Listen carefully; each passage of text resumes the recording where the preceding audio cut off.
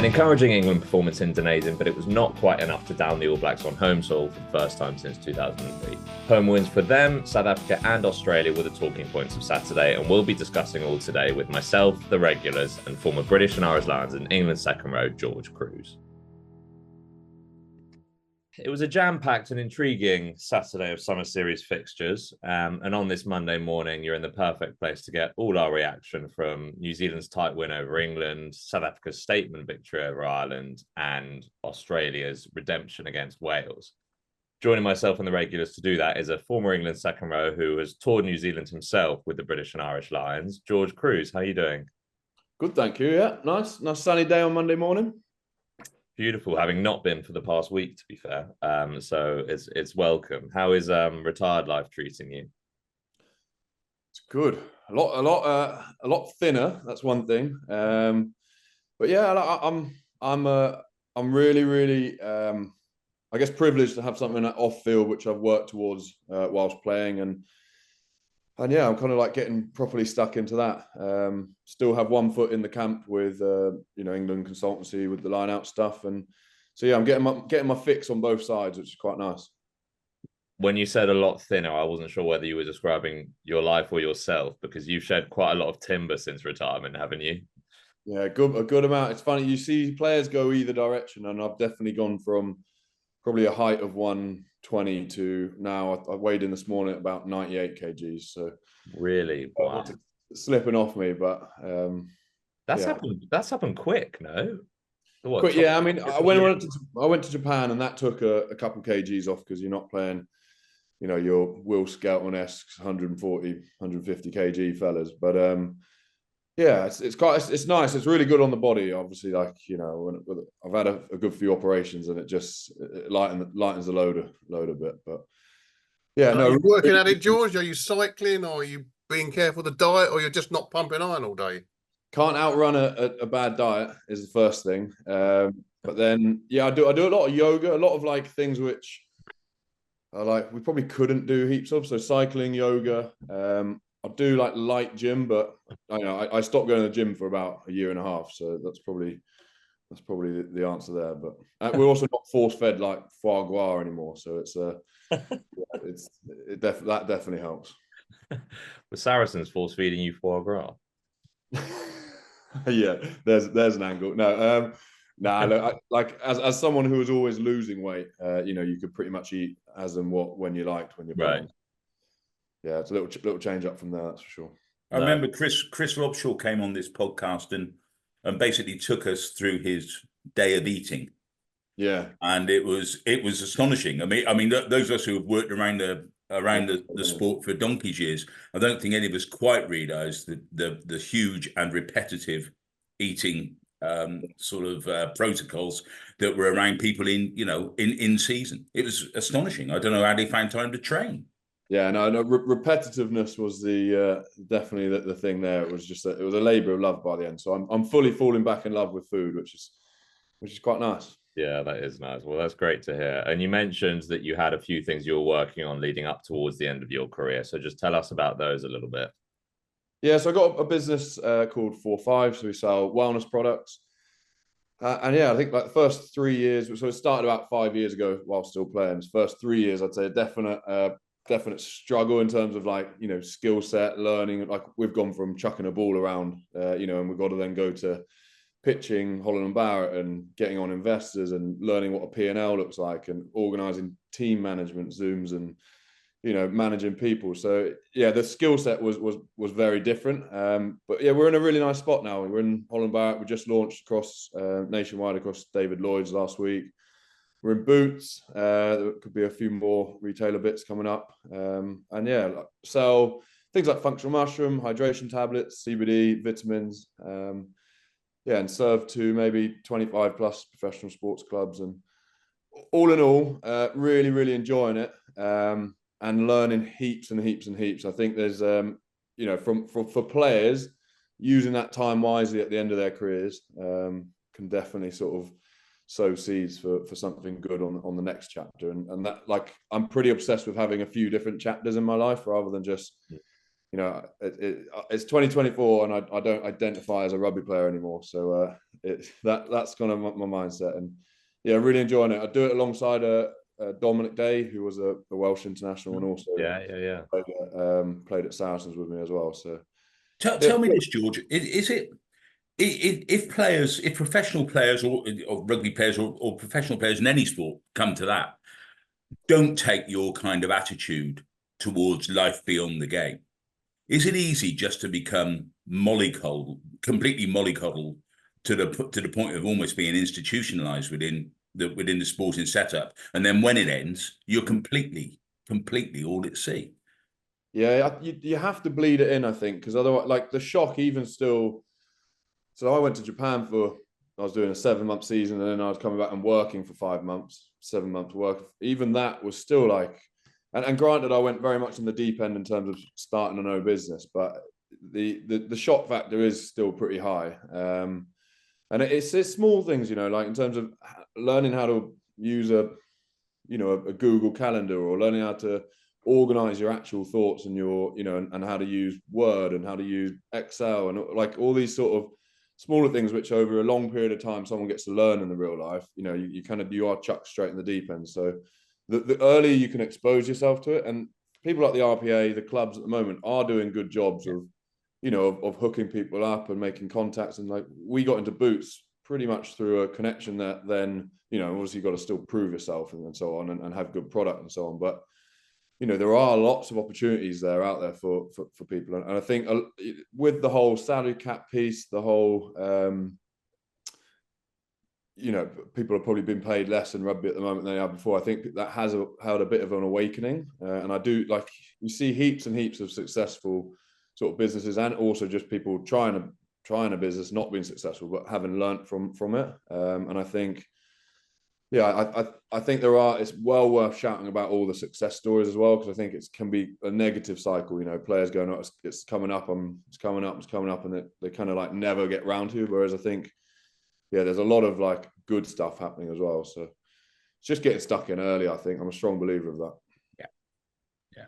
You mentioned that this sort of came about 5 years ago. There's sort of a two-pronged question coming up. One, was it an active decision with a view to, okay, I'm probably retiring in the next 3-4 years. I need to make sure that I don't retire and then have that inevitable, okay, what do I do now? Yeah. And secondly, was it also to do with maybe your own approach to rugby, which generally players have more of a wellness-oriented approach later on in their career, when obviously the body wakes up a little bit more sore, maybe just a general maturity as well, not quite the same level of, not recklessness, but we'll call it zeal at the start of your career. Wisdom, yeah. It was a perfect storm of both of those, to be honest. So I'd done a business degree. I was looking for some bits.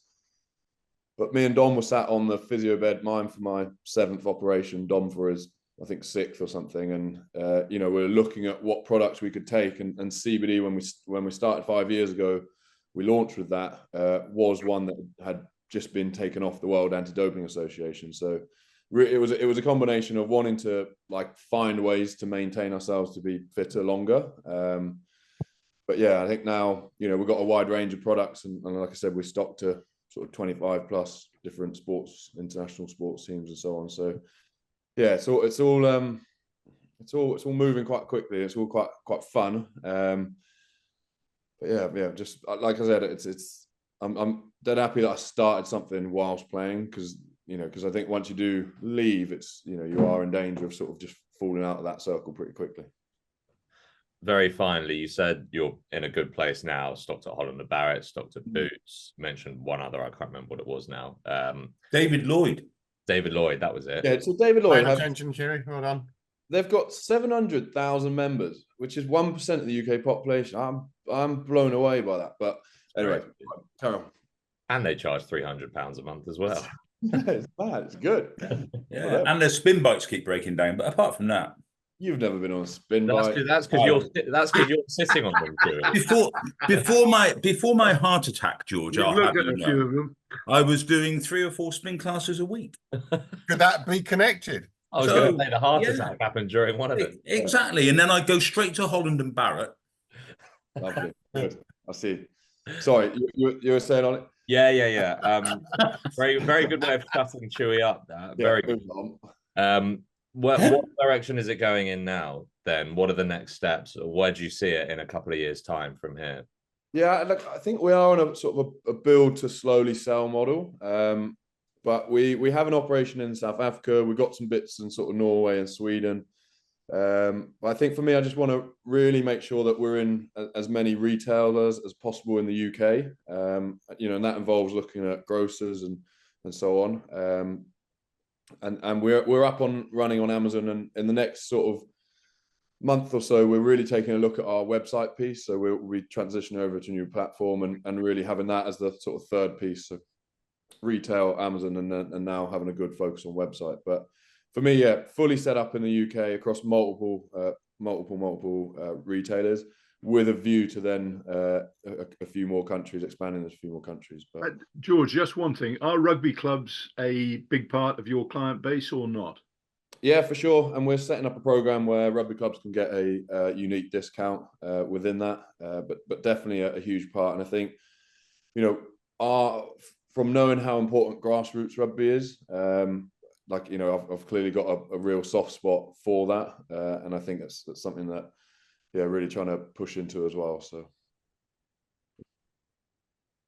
amazing. Well, obviously, all the best. It sounds like it's gone phenomenally well since retirement, and yeah, all the best with that, and hoping that the success in the UK, like you say, expands to abroad as well. You don't really need to go on Dragon's Den, do you? You guys with the Dragons, no? Are you not investing? I know I spent all my money at David Lloyd. Get a new stents. Yes, I have balloons now. Well, yeah. Well, if you let's talk about my heart for an hour. Anyway, carry on. If anyone's baking hot this summer, then you can check out our website at 45.com. Get yourself some hydration tablets. Got some vitamins in as well. So fill your boots. Maybe I'll message you after this, and maybe we can organise a Rugby Paper podcast discount code. We'll do that. We'll do just that. Yeah. Brilliant. All right. Well, if you're wanting that, check the bio, and I'll have put it in there and go check it out. Let's talk about rugby, guys. I'm going to start with the first game on Saturday, New Zealand, England. George, I'm going to come to you. I'm guessing you'd set your alarm, or maybe didn't need to. You're up early. What did you make of it all? It kind of gives a bit of validation, I think, to the where and what the team are doing. It definitely is a period of change. You look at the faces in there, you look at the systems they're playing, you look at everything, and in periods of change, you see teams struggle sometimes. I think what they're doing incredibly well is going through a period of change, but still being like very, very competitive. If not, arguably should have won that game. So I think, I was super excited by what we saw. Frustrated, definitely, because I think the team will be disappointed they didn't win that, which is a great sign. But overwhelming feeling is, excitement, really. Like, you look at some of those players, they're trying to challenge themselves. They're not just trying to sit back and, just get by. I think they're trying to challenge themselves by the way they defend, by the way they attack, by what they do in set piece. And it's, I think they've got a brilliant coaching group who are smart, who know when to sort of park the bus sometimes, but know when to, allow those players to flourish and attack. And I think, I'm really excited. I'm super excited for the next test.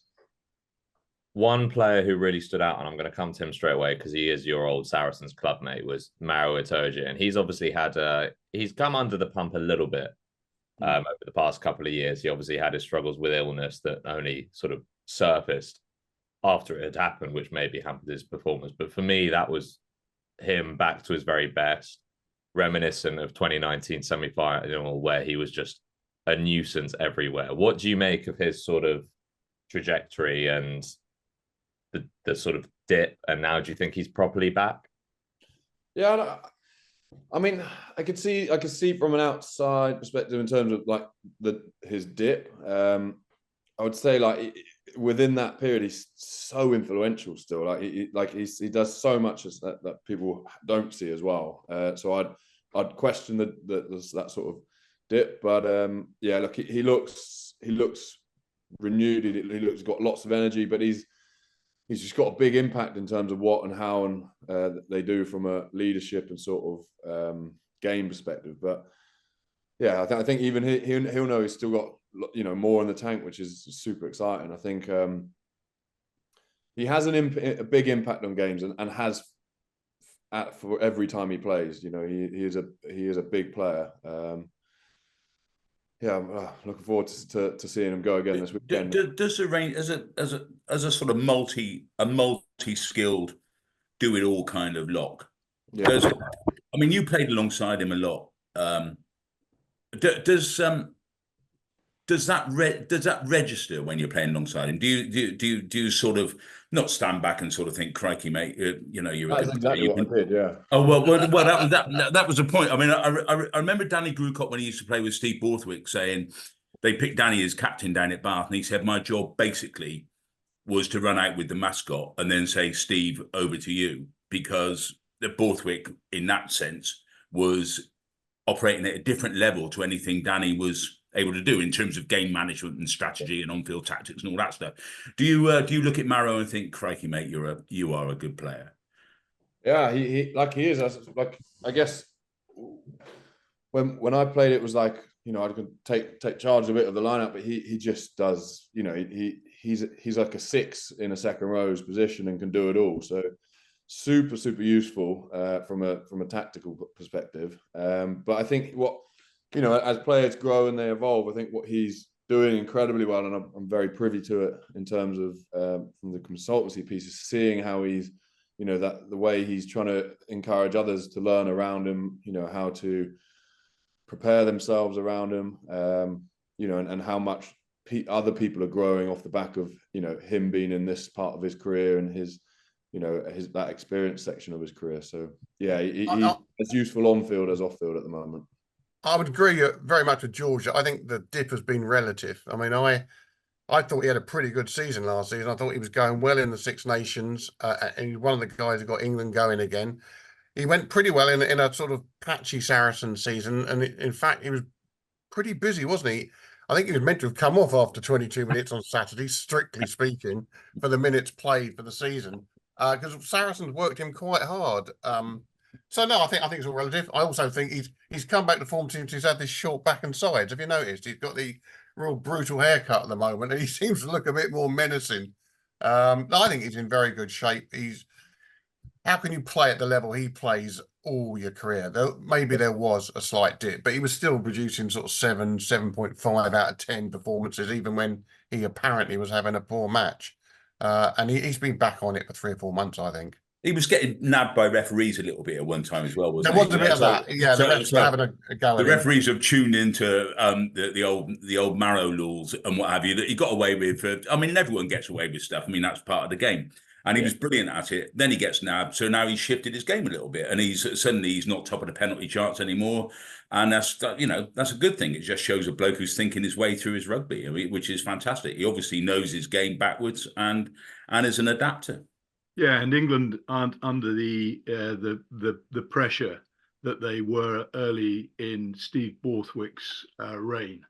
And so Maro was probably involved in giving away more because of just the competitive nature and how he was trying to pull England back into games. What really intrigues me, George, is there's definitely been a huge shift in this England side. It started after that Scotland defeat at Murrayfield. So we're still only 3 games into it. But what intrigues me is that as a consultant to the squad, what is it that brought that about? How did it come about? Was it senior players who were absolutely intrinsic to it? How did, and Jamie George in particular, how did it work? Yeah, look, if you look at that Scotland game, it is a sort of an anomaly in terms of where and what they were doing. They went out to play in that game, and there's just endless hand errors, and as a result, it sort of like their game plan became unstuck a bit. But like, as I said at the beginning, like, they're not here to just ease in and sort of fit in. They're here to try and make changes. They're here to sort of learn as quick as possible. And I think that was a game where it just got wrong. I wouldn't say it was like a trend or anything like that. I think they they got that game wrong. All the other games were pretty strong and pretty competitive, and sort of, there was a good buzz within that. So I think if you take that game out, would you say that of the early Six Nations games against Wales and Italy?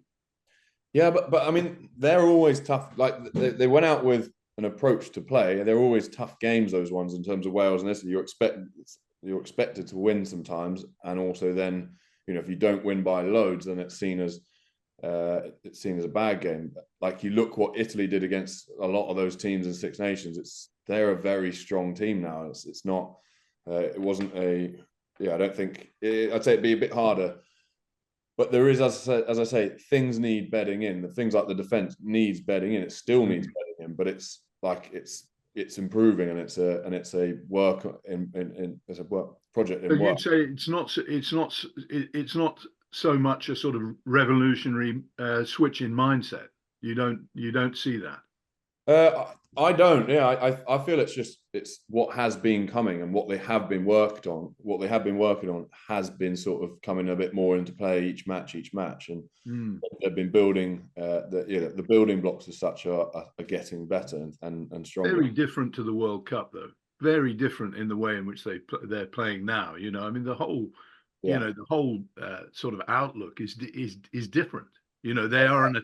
Yeah, it has to be, though, because the team's different. There's you can't. I think what they've done incredibly well is evolve with the players they've got, the team they've got, and also they evolve to what's happening on the world rugby stage. How games are reffed, how trends and statistics and everything like that is all going in different directions. You have to evolve with it, and I think teams evolve, and I think the ones that don't clearly get left behind. One thing that I'm wary of is this idea, and I've heard it not on this podcast yet, but that they were unlucky against New Zealand. I don't think that they were unlucky against New Zealand. I think it was a very, very close game. I think that they played extremely well in a very high quality test, but I don't believe that they were unlucky. Do you see it as a step forward for England? The mood in post-game interviews was pretty positive, and I think had the script been flipped and New Zealand lost, I'm not sure they would have been so positive about a 1-point loss. Yeah, we've seen a few of them down the years, haven't we? I mean that was. I mean, it was a different game, but it was the same. It was the same tune, different words. 2014, they went down there and should have won the first test. Yeah. For sure, the All Blacks are first up. This is a bit of a changed All Black side. That they're still going to do a heck of a lot of things pretty damn well, because they have a lot of players who are pretty damn good. And that's how it turned out. It was a very close game. Everyone's got on Marcus Smith's case, but people miss kicks. I thought it was a good performance by England, really good performance. And just going back to the whole Itoje thing, and if you look at the England back row at the moment, there's a lot of dynamism in the side, genuine individual dynamism. Yeah, around the team. Furbank, Freeman, Feo-Waboso, those are dynamic players. Cunningham Smith is obviously just a genuinely dynamic rugby player. Ben Earl, we know about, and we've talked a heck of a lot about him. Underhill's back to his this is a good England side full of potential and possibility. So it's a good England side that's not hit its zenith by any manner of means.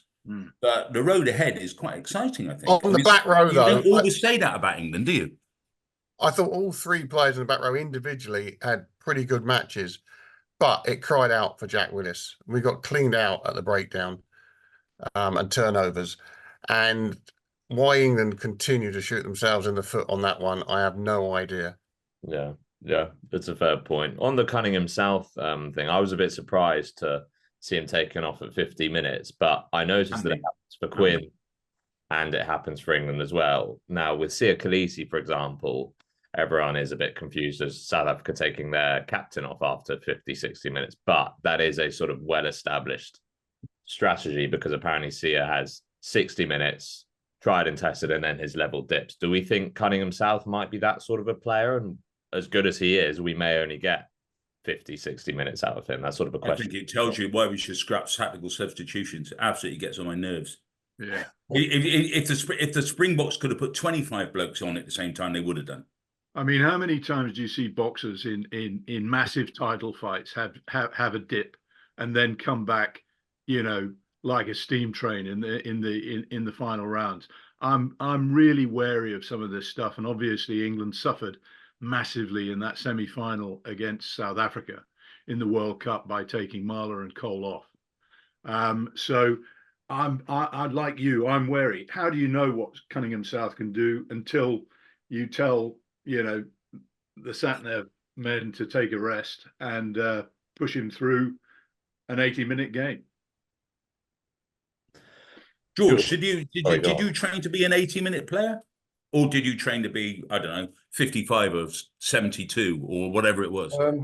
It's always a balance of what else is on the bench. It's like the flip side to that is, are you going to keep Curry on the bench for, you know, and only give him 10-minute run out? Like he is a world-class player. So I think from my side, like, yeah, I was often dragged into the 80 zone because, you know, we have a player like a Will Skelton or something like that at, say, Sarries. So, you know, you know that you're going to be doing an 80 rather than a 50. But then you get you get an unbelievable 50 out of someone else. So it's a balance of what you got on the field. I think it's very easy to pick a player and say, you know, I'd like to see him play longer, but who are you going to take off? You're not taking off Underhill and Earl, or, you know, it's the flip verse of that. So yeah, I think I'm always a believer of getting subs on and subs on early. I think, you know, if you get in patterns of doing that, then unless someone gets injured, then you know you're a player who's more often not going to get 50 minutes, 60 minutes. You play to that 50, 60 minutes and you play your heart out. And then if something happens and you need to play the 80, then you dig in. But a pattern of bringing on people at the right times, with enough time to do something, is very encouraging from both sides, as long as it's sort of talked through and spelt out pretty early, and there's consistency in it. Do you have any truck with the idea of actually really trimming the bench massively? You know, obviously having the front row replacements, but other than that, you know, trimming off three players, a 5-man bench, something like that, to get an element of attrition back into the game.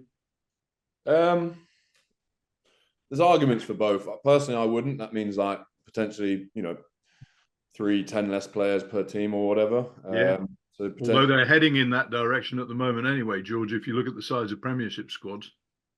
Well, it would only further decrease it then with the argument. But I think there's real sort of levels of tactician, real technical sort of decisions to be made. I think when you bring on bench, how you bring on bench, who you put on a bench, you look at, do you load up like a South Africa? Like, I like that. I think it adds an element to the game of like, of chess, and an element of pre-game sort of hype and excitement and thought and process, and how you build your week around that and so on. So I lean in favour, but completely understand the arguments against as well.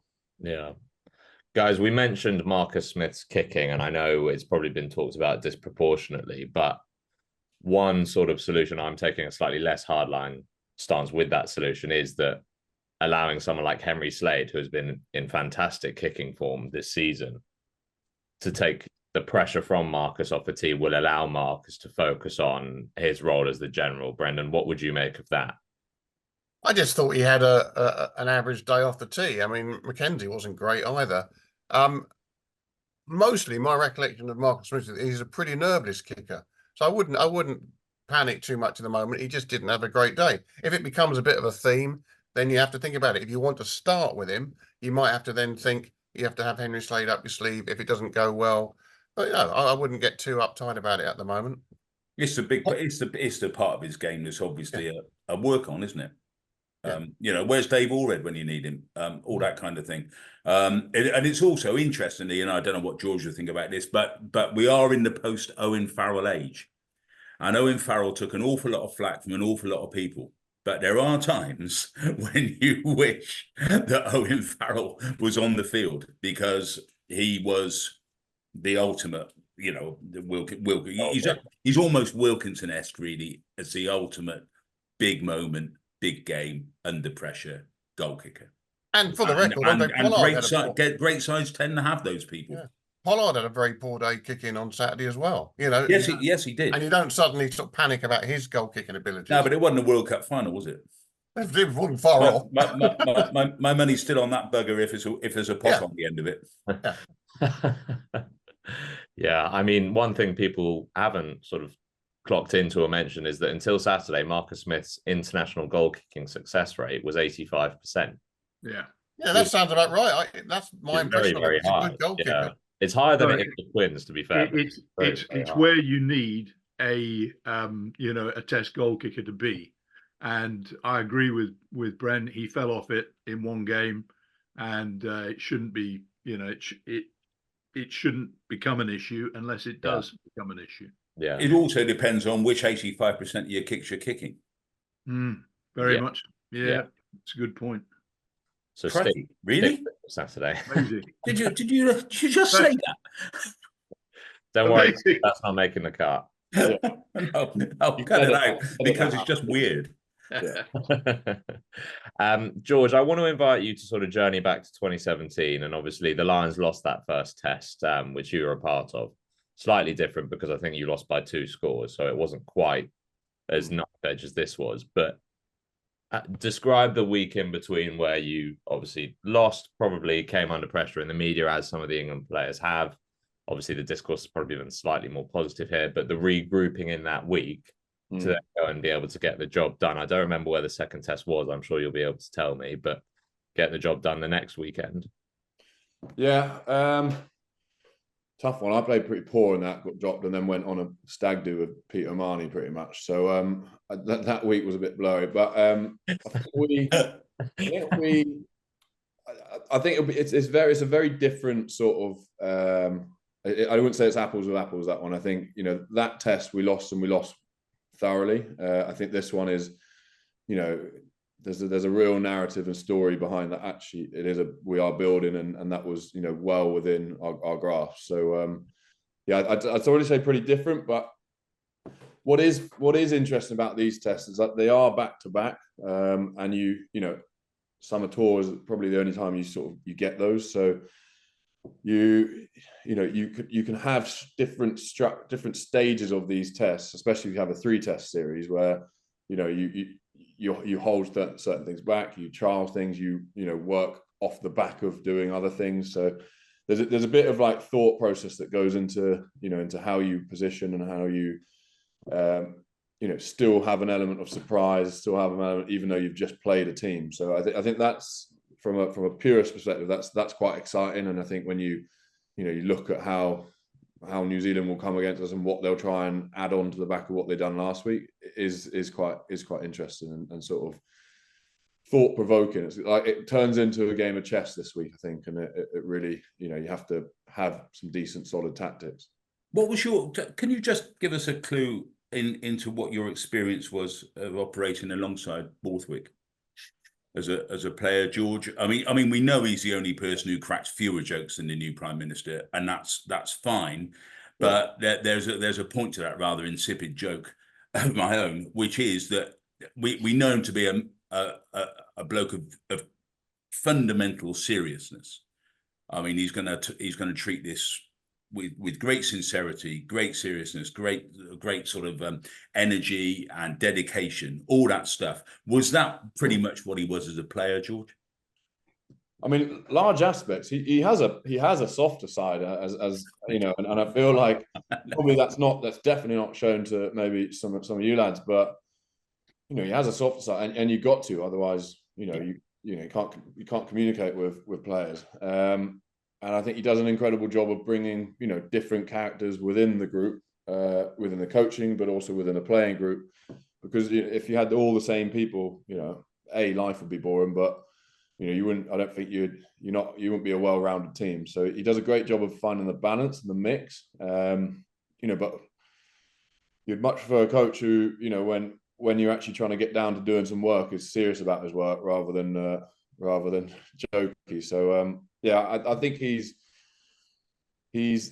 calculated in terms of he knows who he's got to have around him to have that balance. But he is a guy who works unbelievably hard, and he's smart, and he's, you know, his appetite to want to learn and to want to test and try and sort of find, you know, those 1 millimeters, those 1 inches style sort of thought processes is right up there, and something which is very admirable. One final thing before we talk a little bit about Ireland and South Africa. The hostility of the New Zealand crowd I saw a lot of surprise online about the booing before kicks and things like that. But thinking back to England's tour 10 years ago and the Lions tour as well, it's not exactly something that's uncharacteristic for the New Zealand crowd. George, did you find that was talked about much on the Lions tour? The French are notorious for it as well, but New Zealand crowds do boo, particularly before kicks, and make themselves heard, which is surely unavoidable when you're out there. Yeah, I mean, people got different minds on this, right? I'm more, the more noise, the better. You know, I think it adds to the atmosphere. It creates a game. It creates sort of tension. You know, and you need these like stories and narratives. And I think playing in Japan, it was eerily quiet sometimes. You know, and the way they're encouraged to sit and clap rather than stand. And like it's. I think you need a bit of bite about games. You need a bit of, like, you know, narrative within the press, and you need some things which fire up. And I think I'm all in favour of it. But horses for courses, you know.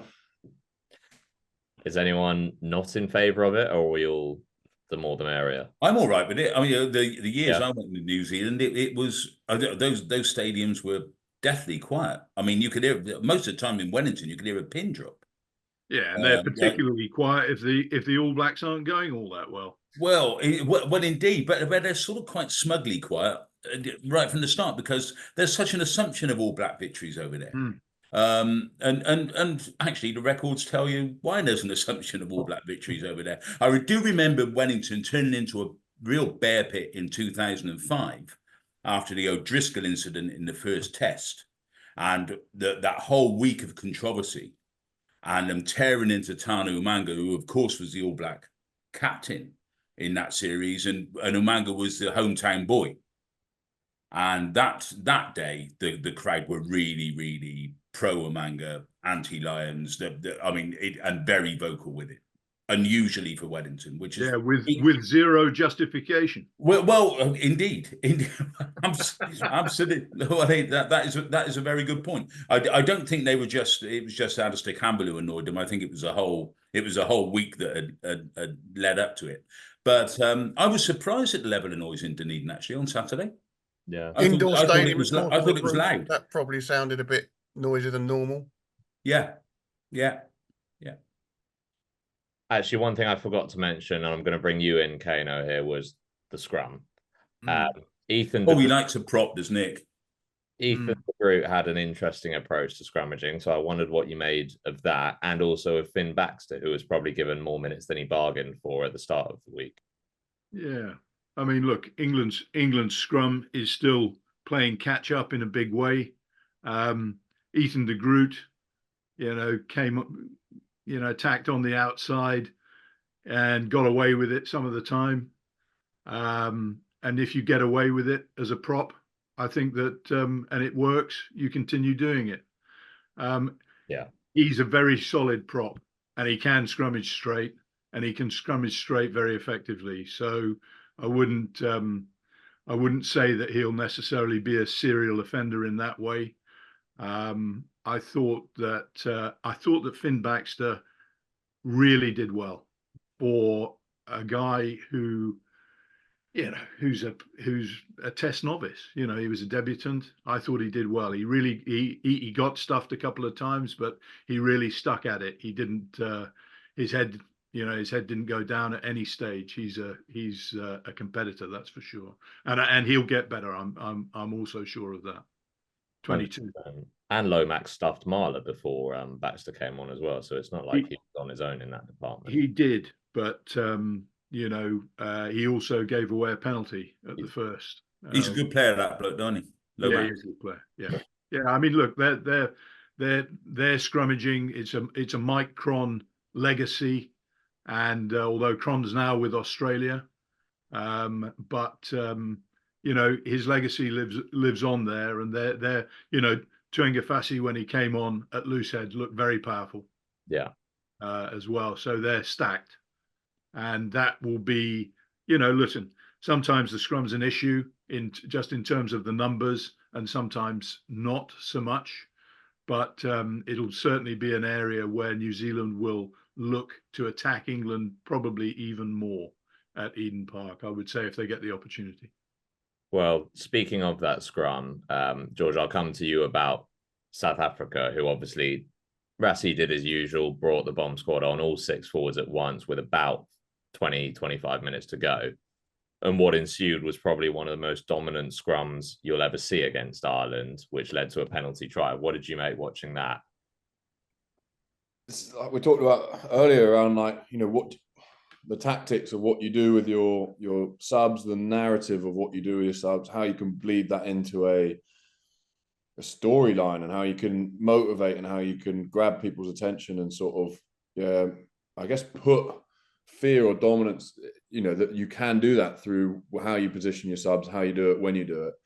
And they've just, they've taken that to a new extreme, I think, they'll be changing the way that, they're dictating to Ireland in terms of, we're going to be doing this and you got to deal with it. Teams haven't dealt with it yet. I think, South Africa have had an upper advantage in that sense, and it's highly effective. It's working for them. Why wouldn't they do that? Why wouldn't they continue doing that? But here's the thing, George. I covered that match. If you look at that, they brought the whole 6 on and got absolutely stuffed by Ireland at the first scrum, if you remember. Yeah. And Ireland still had their starting pack on, and Ireland then panicked and brought on their replacements a bit early, I think, in my opinion. So but it's a balance, because you have a few scrums like that, and with people who have been on for 60 minutes or so, the energy goes in your legs. It's like it's not like you can just keep repeating and repeating and repeating. You have to make changes, otherwise, Yeah, I mean, they all came on 49, and the Ireland front row, presumably after half time, was still in pretty good shape. But I mean, I thought that was a huge moment, and I was amazed that Ireland went to the bench so soon afterwards. Yeah, I mean, you often look at set piece, or you look at mauls, and you look at scrums. Like, you can look at that in itself, but it takes its legs away for around the rest of the field. And I think that's where smart coaches will know that, okay, we might be able to win a penalty here, but we're gonna get torn apart if our props have no legs. So I think there's a balance to it all, and that's why that's why the head coaches get paid well, and they've got to make those calls. And I just don't think Ireland can match that off the bench. Henderson's not there for a start, the second row wise, so he's injured. Gallagher was already on, so there's a slight switch in balance there. But I don't think that Ireland have. I mean, Cian Healy's 112. Finlay Beedham, whatever he is, he ain't quite Ty Furlong at his best. Yeah, they can't stack up against that. They haven't got him. I mean, Porter had a fantastic game while he was not many. Really good. He almost short, Furlong played his part too, but they shored it up against the box. And I thought, actually, everything considered, the way that South Africa, weaponized the scrum and so on, I thought that for Ireland to finish with a 7-point deficit at the end of the game was some achievement. Yeah, I thought it was not a statement victory at all by South Africa. No. Ireland, they didn't wake up in attack until 55 minutes. They could have won that match. I didn't think South Africa were particularly great on the day at all. They didn't get a rubber. And Ireland got stuffed on a couple of those TMOs. People talk about the luck of the Irish. I mean, Jesus. I'm not saying in the minutiae of the decision making.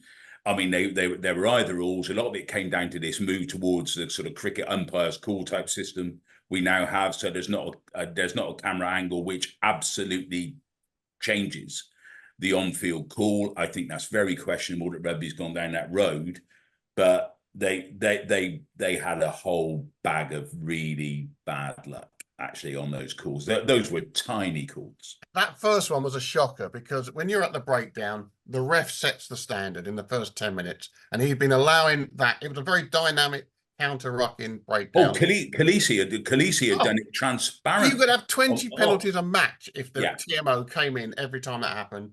The ref was happy with it. The TMO does not need to come in for that. The ref has made the call on that. That was an absolute daylight robbery, that one being chalked off. Don't disagree. And you couldn't tell whether Lowe's foot, whether the ball had left because there wasn't a camera angle. Yeah.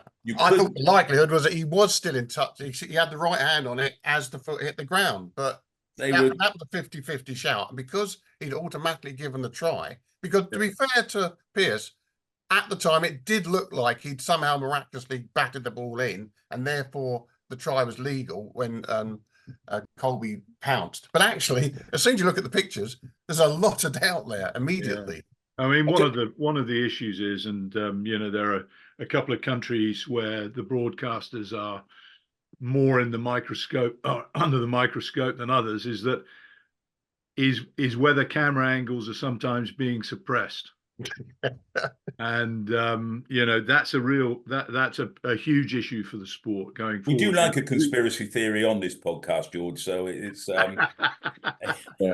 Well, you're going to tell me that the world's not flat next, aren't you? You were in Pretoria, as I was, for that 2009 Lions tour when who was it? It was the South African centre for in the corner, that try. Yeah, I mean, we never saw the angle from the end along the touchline. Yeah. Well, and he was there's no question, On a slightly more positive and less conspiratorial note, let's rake over the coals. I do think Saturday proved once again what a one-off Cheslin Colby is. If you're talking about people who do things that are almost uncoachable, he's your guy, isn't he? I mean, that chasing that he has, and it's not just this game. He's got a whole track record of this stuff now. I mean, he is a total live wire, wonderful player, and a difference maker, a massive difference maker. Yeah, he makes things happen, doesn't he? Yeah. Although to James Lowe's credit, he did run over Colby at one point. I know that's not necessarily what Colby's known for, but I'm not sure you'd want to watch that one back. Well, probably not. I mean, Lowe is terrific going forward, isn't he? I mean, I remember Eddie Jones saying that he didn't rate James Lowe, or not in the way that he's rated, around the sort of general rugby public, because he was I think his phrase was slow as an ox on the turn. Yeah. And hey. But the try he did score was something else. Something else. But Jonah was as slow as an ox on the turn as well, but he wasn't the worst going. Well, the one that was disallowed, you mean? Fair point. Guys, we don't have a ton of time to talk about Australia-Wales, so rather than go into depth, I'm going to get everyone's predictions. George, last week we picked a winner for the two games we've mentioned, England, New Zealand, Ireland, South Africa, and then Australia-Wales as well. I'll give everyone a little bit of chance to think by saying that I'm sticking to my guns again and going exactly what I went last week, which was New Zealand to win, probably more convincingly this time, South Africa to edge it in a tighter test, and then Australia again. So those are mine. I've nailed my colours to the mast. Chewy, what are you going with? I'm going to stick with me. I think Ireland are more than capable of winning this weekend, and they will be annoyed. They will be angry. They will have a lot of sort of righteous fury about them. I think that their coaching team are intelligent enough to make necessary adjustments. I know it's a quick fire kind of thing. So I go Ireland to edge it, New Zealand to edge it again, not by a lot, but just they'll be a little bit better, I think, this weekend. And I think Australia beat Wales, yeah. George? I'm going England to win. I'm going to draw Ireland, South Africa. A draw! Yeah, with a late minute kick from Ireland. And then I'm going a tighter Oz victory. So not much in it with the Oz and Wales. Going a draw in a predictions contest is always very, very brave because the chances of you being right are so slim. You've got to put it on the block at some point, haven't you? Hey. It looks all the better when you are right. Go on, Brendan. Are you going a draw? I've gone draws before, haven't I? And missed out narrowly. I don't think New Zealand are going to cough up the Eden Park record. I don't think this is the occasion that they're going to cough that up. Good match, great match. I think New Zealand will win it. I fear that was Ireland's chance last week. They were very loose, South Africa, other than when they tightened the scrum up in the last 20. They were there for the taking, I think, but I don't think Ireland will get them a second time. I think Ireland might run out of gas. And I think Australia will bat on and play better and win with a bit to spare. Okay, no, you and I are the only ones with clean slates from last week. I think, George, your Irish second row compatriot, Mike McCarthy, got one wrong. So you're fighting a losing battle currently.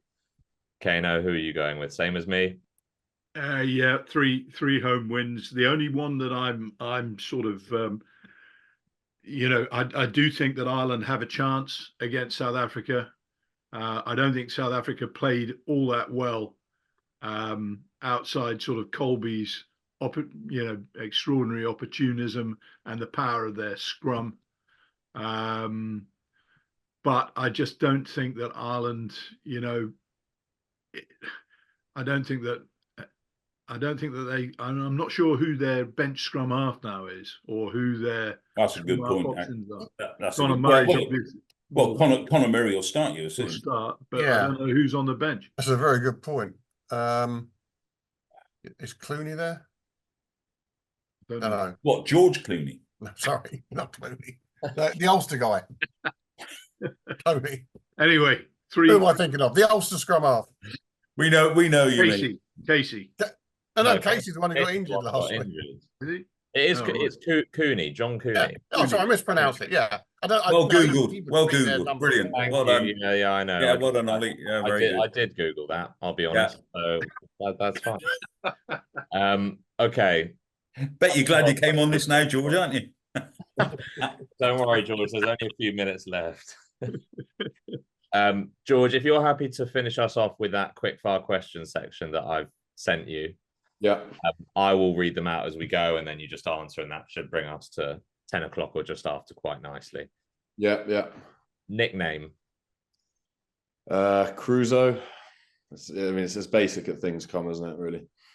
Best rugby memory? Best rugby memory. Probably the Champions Cup final versus Leinster. We go down. I probably made a mistake that made us go down.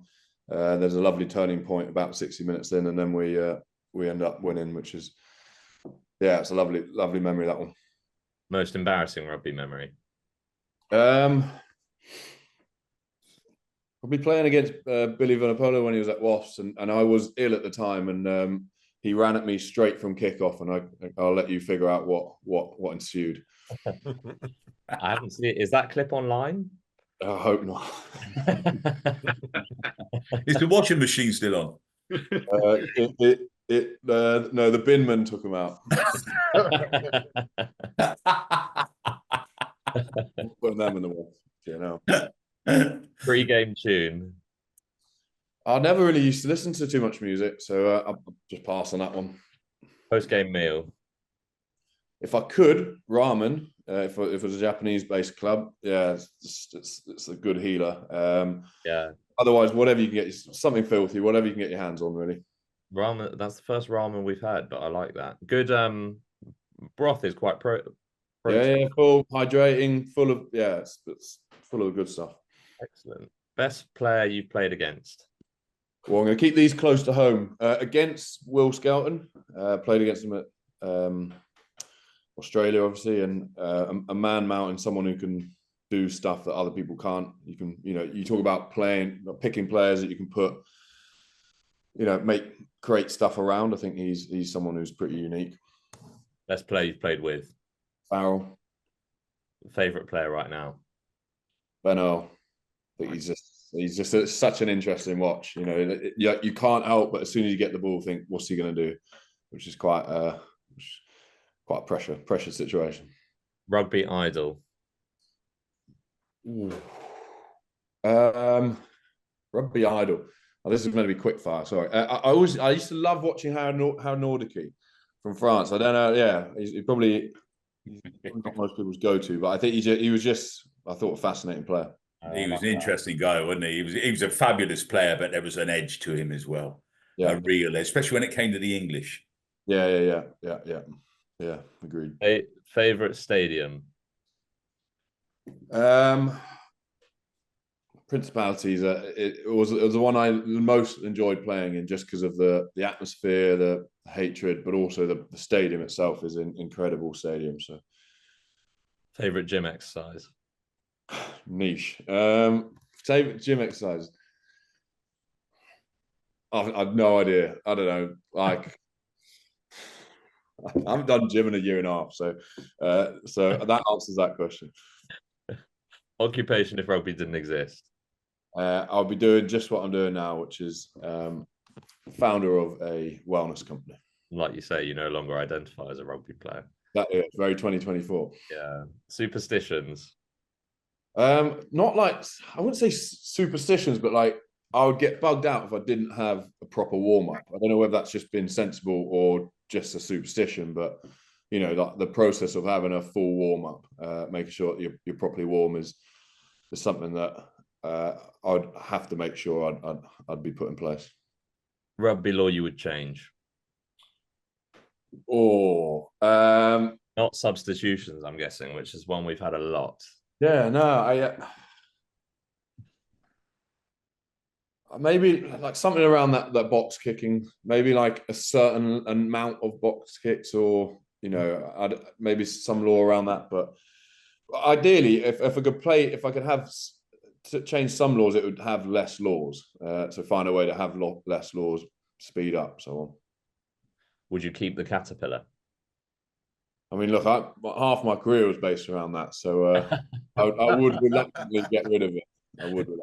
Very honest. Very honest. Everyone has a problem. And lastly, best thing about working in rugby? People. Fantastic. Thank you for doing that, George. Sorry if I hadn't sent them to you in advance. I can't remember if I did, to be honest.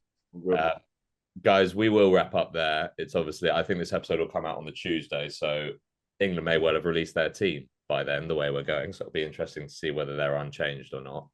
And yeah, George, really appreciate your time, and great to hear about your business and everything you're doing post-retirement. And obviously, we wish you all the best with that. Thank you. Thanks for having us on. Cheers, gents. Well done, George. Great fun. Cheers, George. Well done. Thanks for listening to this week's edition of the Rugby Paper podcast. And don't forget to subscribe on whichever podcast platform you use and recommend the show to your friends. The Rugby Paper is available to buy every Sunday, and to make sure you don't miss it, subscribe to our print, digital and online options at therugbypaper.co.uk/subscriptions. That's therugbypaper.co.uk/subscriptions to get all our content for as little as 14p per day.